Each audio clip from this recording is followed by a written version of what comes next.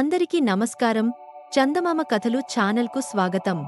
ఈరోజు మనం సింహం కుందేలు కథ చెప్పుకుందాం. ఒకప్పుడు ఒక అడవిలో ఒక చిన్న కుందేలు నివసించేది. ఎప్పుడూ ఆకాశం పడిపోతుందేమోనని భయపడుతూ ఉండేది కాబట్టి సరిగా నిద్రపోయేది కాదు. ఒకరోజు కుందేలు మామిడి చెట్టు కింద నిద్రిస్తుండగా మామిడికాయ తనమీద పడుతుంది. కుందేలు అకస్మాత్తుగా మేల్కొంటాడు మరియు ఆకాశం పడిపోబోతున్నట్లు అనిపిస్తుంది.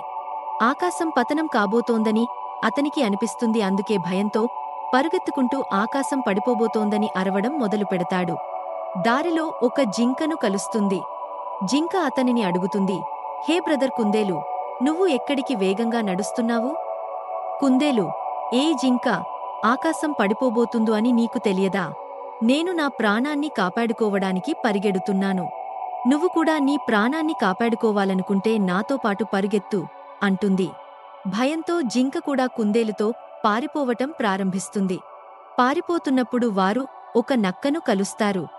నక్క, ఏ కుందేలు మరియు జింక, మీరిద్దరూ ఇంత వేగంగా ఎక్కడికి నడుస్తున్నారు?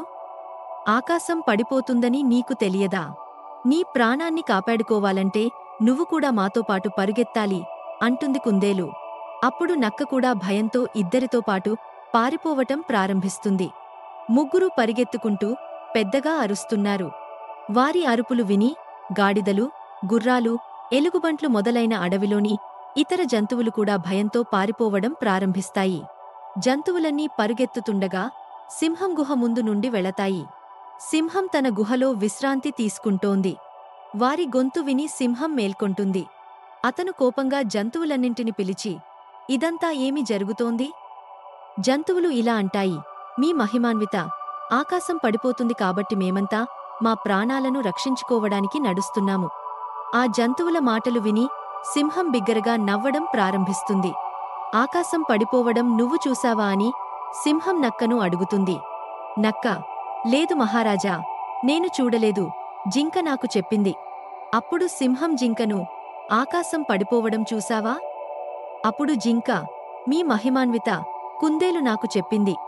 అప్పుడు సింహం కుందేలును అడుగుతుంది, హే కుందేలు, ఆకాశం పడిపోవడం మీరు చూశారా? ఒకవేళ మీరు చూస్తే నన్ను ఆ ప్రదేశానికి తీసుకెళ్ళండి మరియు ఇతర జంతువులు కూడా ఉండాలి. అక్కడికి చేరుకున్న తర్వాత అక్కడ ఒక మామిడి పండు పడిపోయినట్లు గుర్తించారు. సింహం కుందేలును అడుగుతుంది, ఇదేనా మీరు పడిపోతున్నట్లు మాట్లాడుతున్న ఆకాశం? కుందేలుకు ఏ ఆకాశం కూలిపోలేదని అర్థమైంది. అతను మామిడిని మాత్రమే ఆకాశంగా పరిగణించడం ప్రారంభించాడు. తన మూర్ఖత్వంతో తనను తాను ఇబ్బంది పెట్టడమే కాకుండా అడవిలోని జంతువులన్నింటినీ ఇబ్బంది పెట్టాడు. సింహం అన్ని జంతువులతో, మీరు మీ స్వంత కళ్లతో చూసే వరకు దేనిని నమ్మవద్దు అని చెప్పింది. ఇది విని కుందేలు మాత్రమే కాకుండా ఇతర జంతువులు కూడా ఇబ్బంది పడ్డాయి. ఈ కథ యొక్క నైతికత, మనం విన్నదాని గురించి మనమే తెలుసుకోవాలి, కానీ గుడ్డిగా నమ్మకూడదు. రాబోయే వీడియోలో మరికొన్ని కథలు చెప్పుకుందాం. మీకు ఈ కథ నచ్చితే ఈ వీడియోని లైక్ చేయండి మరియు చందమామ కథలు ఛానల్ని సబ్స్క్రైబ్ చేయండి.